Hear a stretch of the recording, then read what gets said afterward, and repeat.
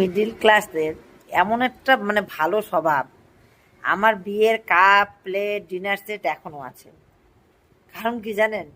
লোকজন আসলে দিব আমার ডিনার সেট, সেটা লোকজন আসলে বেরোবে, লগি যাইতে না যেতে মাইজা ঘুষা মুছে পরিষ্কার করে রাখা শেষ। আমি ভাই মিডিল ক্লাস, কেন আমার জিনিস সহজে ভাঙলে কিনতে পারবো না।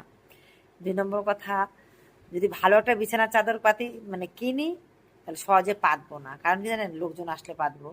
হঠাৎ কখনো দেখবেন যে আমার পুরানা বিছানা চাদর লোকজন গিয়ে বলে আসে, হুশ করে চলে আসলে দেখলাম বিছনায় পুরানা চাদর পাইতে এসেছি, নতুন চাদর চাদরের মধ্যে পড়ে আছে। আমরা হলাম মিডিল ক্লাস।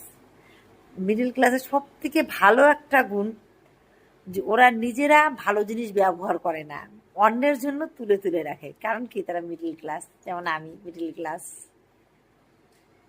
বিয়ের 25 বছর পরে যদি আপনি দেখতে চান আমার বিয়ের সময় পাওয়া কাচের গ্লাস, সেই সময় তো আমার কাচের বাটি, কাচের গ্লাস, কাচের কাপ, এগুলো দিয়ে বিয়ে বাড়ি সবাই নিমন্ত্রণ খাইতো, সেটা আমার ঘরে এখনো আছে। আমার বিয়েতে একজন ডাক্তারবাবু আমাকে লাল পোলার সেট দিয়েছিলেন, এখনো আছে। আমি চ্যালেঞ্জ করে দেখাতে পারি এখনো, আপনাকে চ্যালেঞ্জ করে বলছি এখনো আছে। আমার বিয়ে কাচের একটা জগ এখনো তুলে রাখছি, কাউকে দিই না। লোকজন আসলে বলবো, লোকজন আসলে বার করবো, লোকজন আসলে বার করবো, কিন্তু বার করি না। ওটা আমার শোপিস, ওটা আমার এখনো আছে। এরকম অনেক জিনিস। আমার ঠাকুরদাদা দেওয়া জামা, আমার নাই, অনেকে জমায় রাখে। যেমন আমার মেয়ের এখনো ও ঠাকুরদার দেওয়া জামা আমি জমায় রাখছি। ওর বাচ্চাকে দেখাবো, তোর মার ঠাকুরদা দিয়েছে।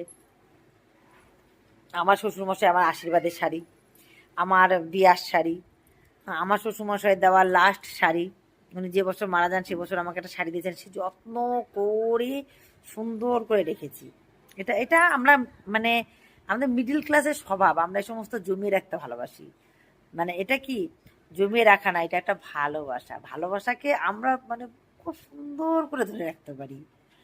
আমি ঠিক বললাম না? আপনার কথাটা ভেবে দেখবেন তো।